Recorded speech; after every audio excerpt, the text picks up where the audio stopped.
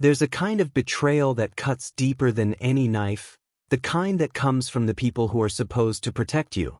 5 years ago, my family tried to teach me a lesson by abandoning me in the middle of nowhere. What they didn't know was that they weren't breaking me, they were forging a weapon.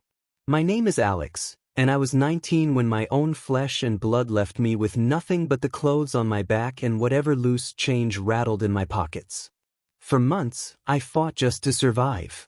I took every crummy job I could find, slept wherever I found shelter, and clawed my way out of the pit they'd thrown me into. But here's the thing, I refused to break. I worked harder than I ever had in my life. I climbed my way up from rock bottom, and now, 5 years later, I'm not just surviving. I'm thriving. I built a life for myself. I have more money than I know what to do with, and I owe absolutely none of it to them. Then, out of nowhere, my phone started blowing up. Unknown numbers at first, then names I never expected to see again. My mom, my dad, my older brother Mark, even my younger sister Emma, the one I'd actually been close to before everything went down. They weren't reaching out because they missed me, or because they suddenly felt bad about what they did. Oh no. They were calling because they'd heard I was wealthy, and just like that, I was important to them again. But before we get to that glorious moment, let me take you back to the day that changed everything. It was supposed to be just another normal family trip. My parents always insisted on these long road trips, calling them family bonding experiences. In reality, they were just hours of misery, trapped in a car with people who treated me like the family joke. See, I was never really part of their little club. My parents absolutely doted on Mark, their golden child, and baby Emma, the youngest. I was the middle kid, the forgotten one, the one they could mock and push around without consequence. They had this twisted idea that I needed to be toughened up. So, their version of bonding usually meant humiliating me in some way. And this time, their brilliant idea for a joke?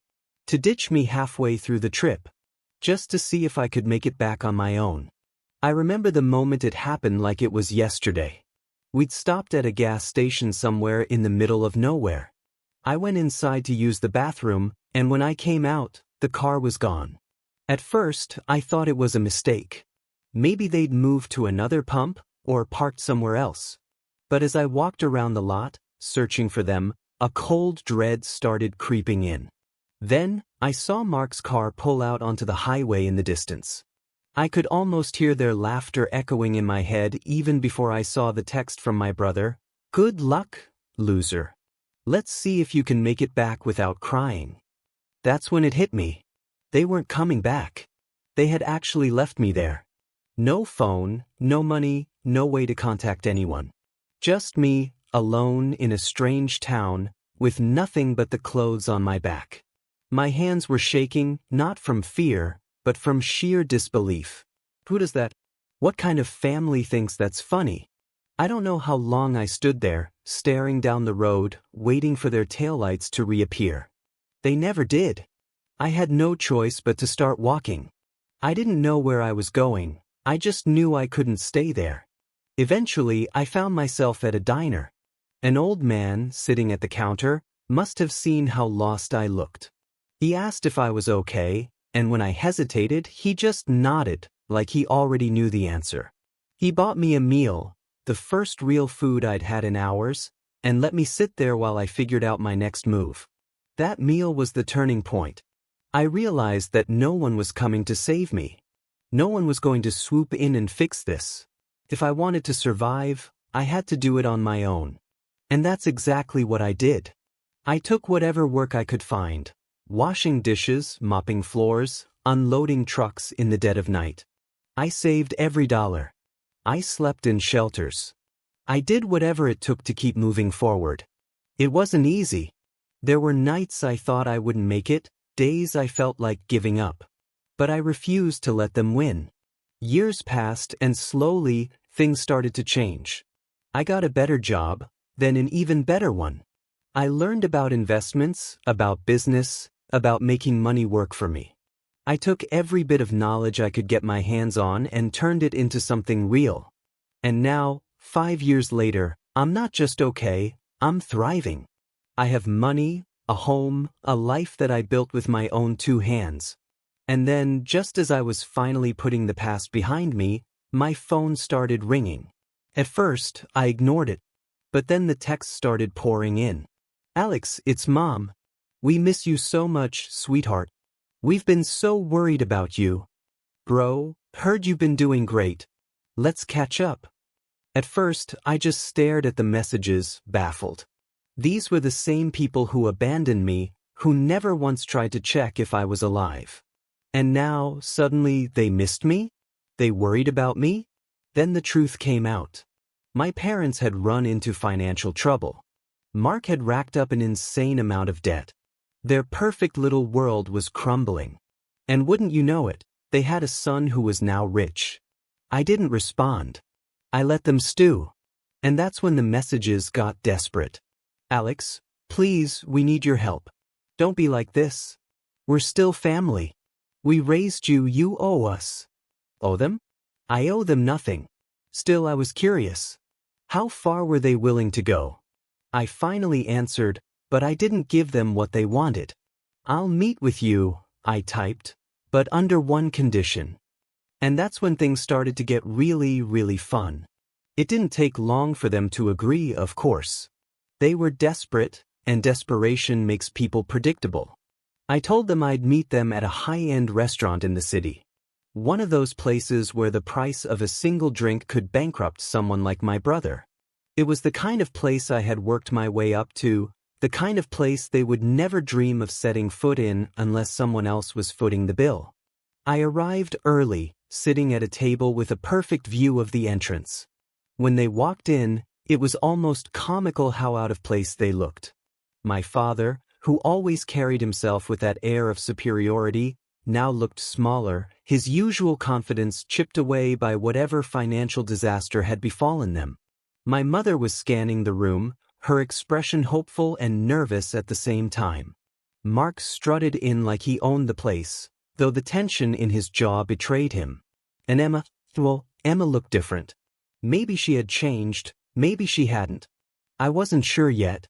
When they spotted me, my mother's face lit up like she'd just seen a long-lost puppy. Alex, she gushed, rushing over as if the past 5 years hadn't happened. She reached for a hug, but I leaned back just enough that she hesitated. Oh, she faltered, covering the awkwardness with a forced laugh. It's been too long, sweetheart. I just smiled. Has it? That was all it took to throw them off their game. My father cleared his throat, taking the seat across from me. Son, he said, his voice carefully measured, it's good to see you. I let the silence stretch before answering. That's funny. You didn't seem too concerned about seeing me when you left me stranded 5 years ago. A flick of guilt passed across Emma's face, but my father barely blinked. Now, come on, he said, that was a long time ago. We were just trying to teach you responsibility, right? Because nothing says responsibility, I shot back, like abandoning your own son in the middle of nowhere. Mark, ever the golden child, scoffed. Oh, don't be dramatic. You made it back, didn't you? I tilted my head. Did I? That shut him up. The waiter arrived, and I ordered a ridiculously expensive drink. Before they could protest, I made it clear I didn't intend to share a drop of it with them. I just wanted them to sweat when they saw the price on the menu. My father's lips pressed into a thin line, but he didn't say anything. Not yet. So, I said, leaning back. Why now? Why reach out after all this time? My mother gave a nervous laugh. Do we need a reason to want to see our son? Yes.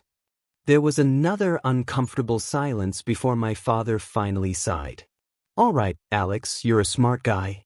We had a rough patch. Things have been difficult. I raised an eyebrow. Difficult how? Mark exhaled through his nose, clearly annoyed that they had to spell it out. Fine, since you want honesty, here it is. Dad's business tanked. Mom's got medical bills piling up. And well, I had a little issue with some loans. A little issue, right? I took a slow sip of my drink. And you want me to fix it? My mother jumped in before Mark could open his mouth. Oh, honey, we just thought. You're doing so well for yourself and we're so proud. We knew you'd be successful. We always believed in you. Family takes care of family, right? I set my glass down. That's funny, because when I needed family, you abandoned me at a gas station. Emma, who had been silent the entire time, finally spoke up. Alex, I wanted to go back for you. Her voice was quiet. I begged him to turn around. I was just a kid. I couldn't do anything. For the first time, I hesitated. I looked at her, really looked at her, and saw something I hadn't seen in the others: guilt. Real guilt. But this wasn't about Emma. This was about the people who had left me to suffer, only to crawl back when they needed something. I smiled, slow and deliberate. I'll help, I said. Their faces lit up. Oh, Alex, we knew you'd come through for us. But, I continued, holding up a hand, I have one condition. I could see my father tense, but he forced a smile. Of course, name it. I leaned forward, lowering my voice just enough to make them lean in. I want you to tell everyone the truth. Every relative, every friend, every person who thinks you're a respectable family. I want you to tell them exactly what you did to me.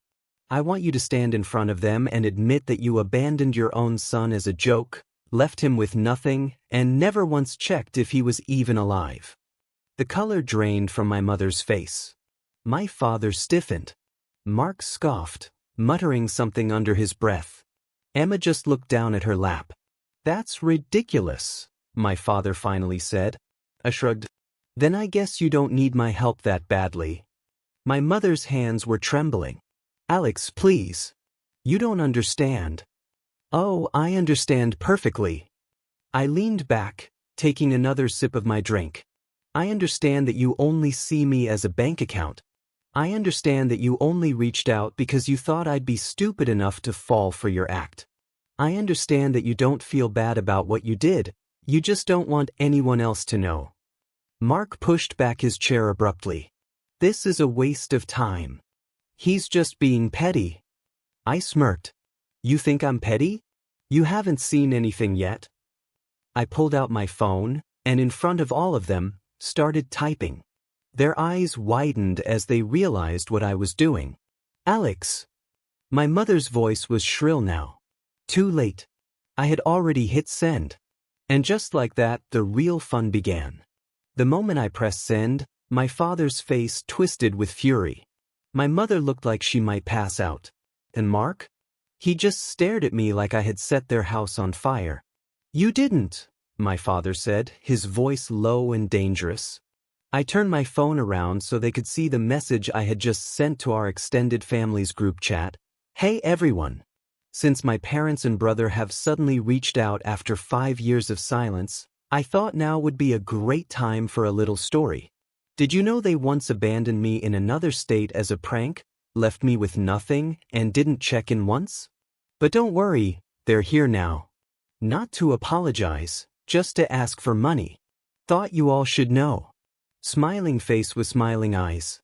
The replies started popping up almost immediately. A few people were already typing. Oh, you've really done it now, Mark muttered, his face red with anger.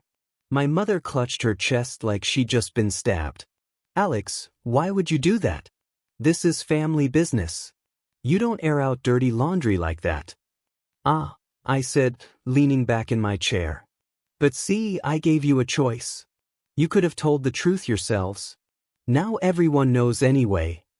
My father, who had been silent, suddenly stood up, towering over me with that same authority he used to have when I was a kid, the kind that used to make me shrink back.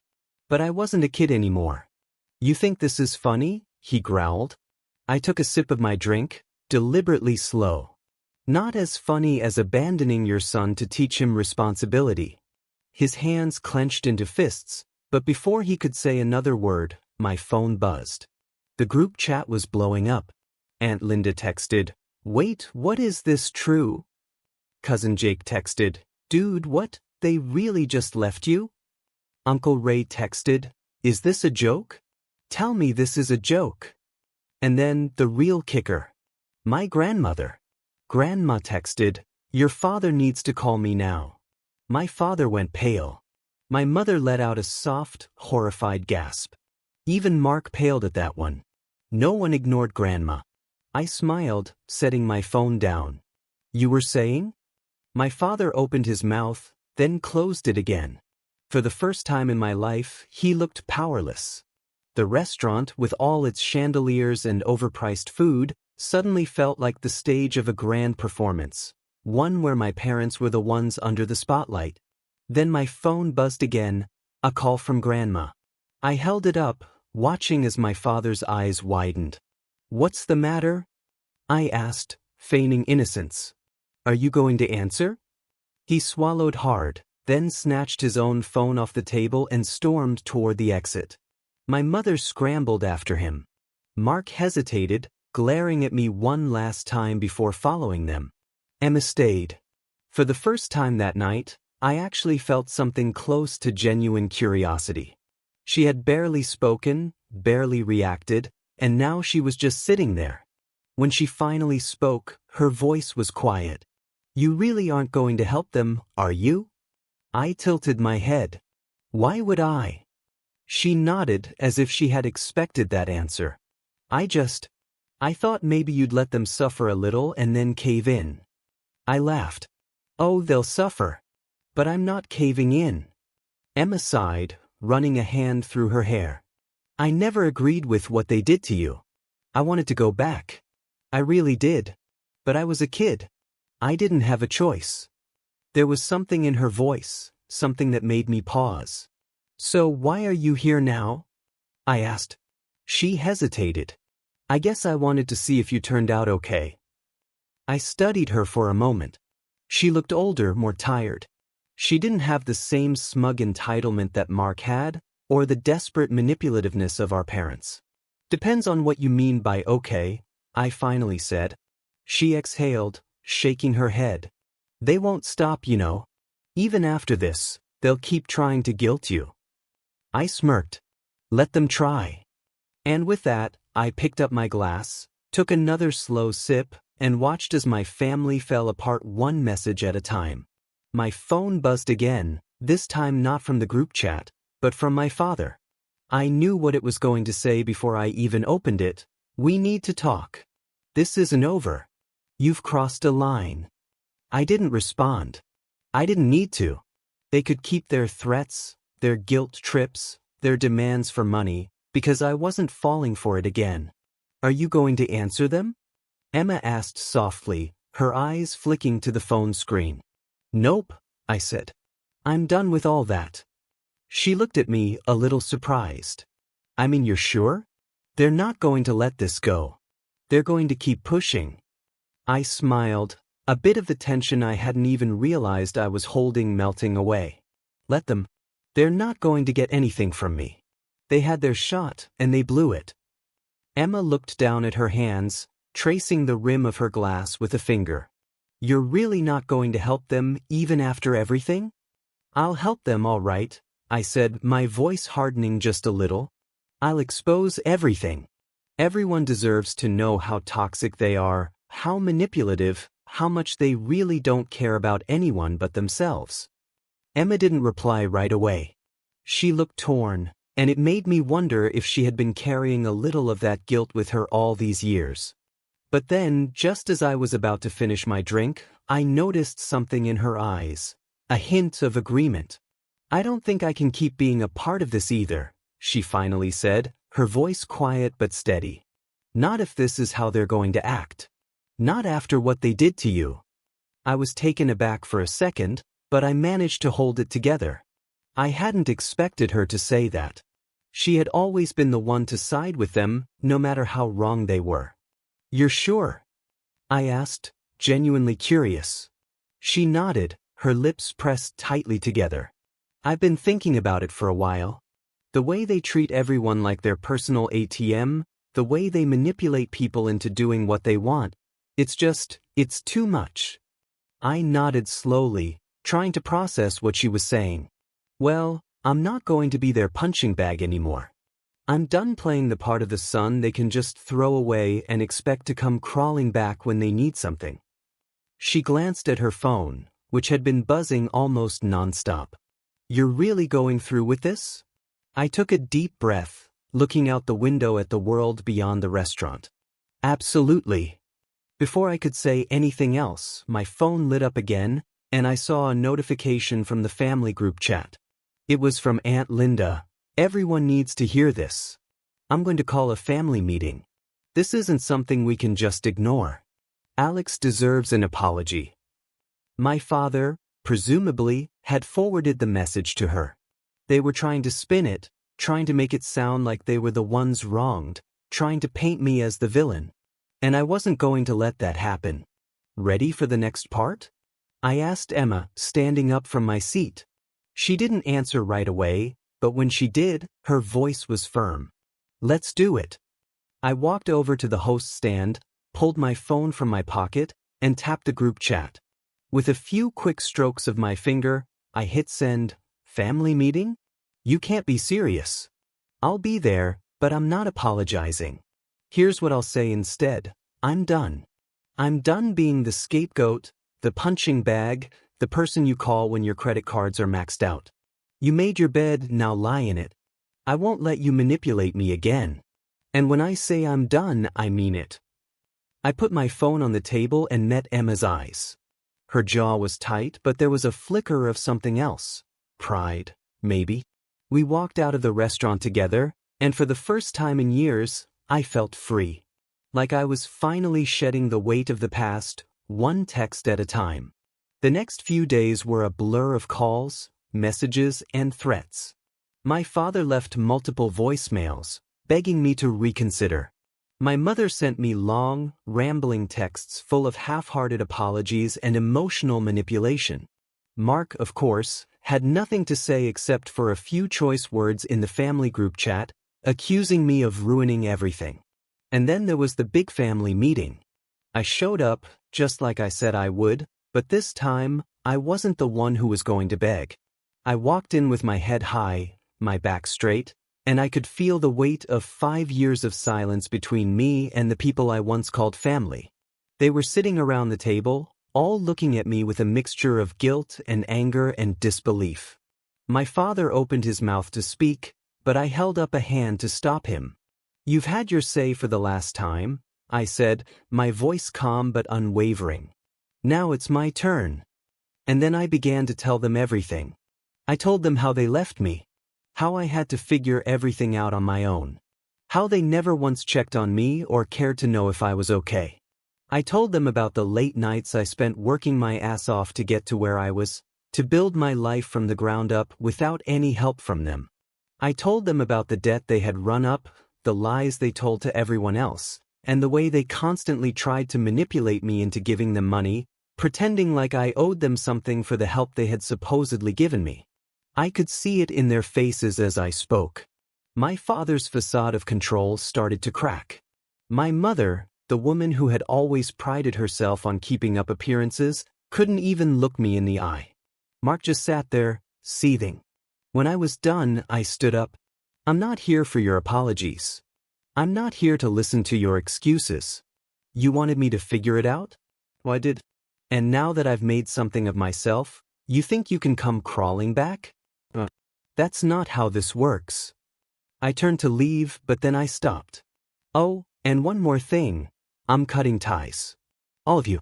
For good. And as I walked out, I left them behind, knowing full well that nothing they could say or do would ever change the way I saw them. It was over. So, what do you think? Did I go too far, or was this long overdue? I'd love to hear your thoughts. Do you think I should have given them another chance, or was cutting them off the right call? Let me know in the comments.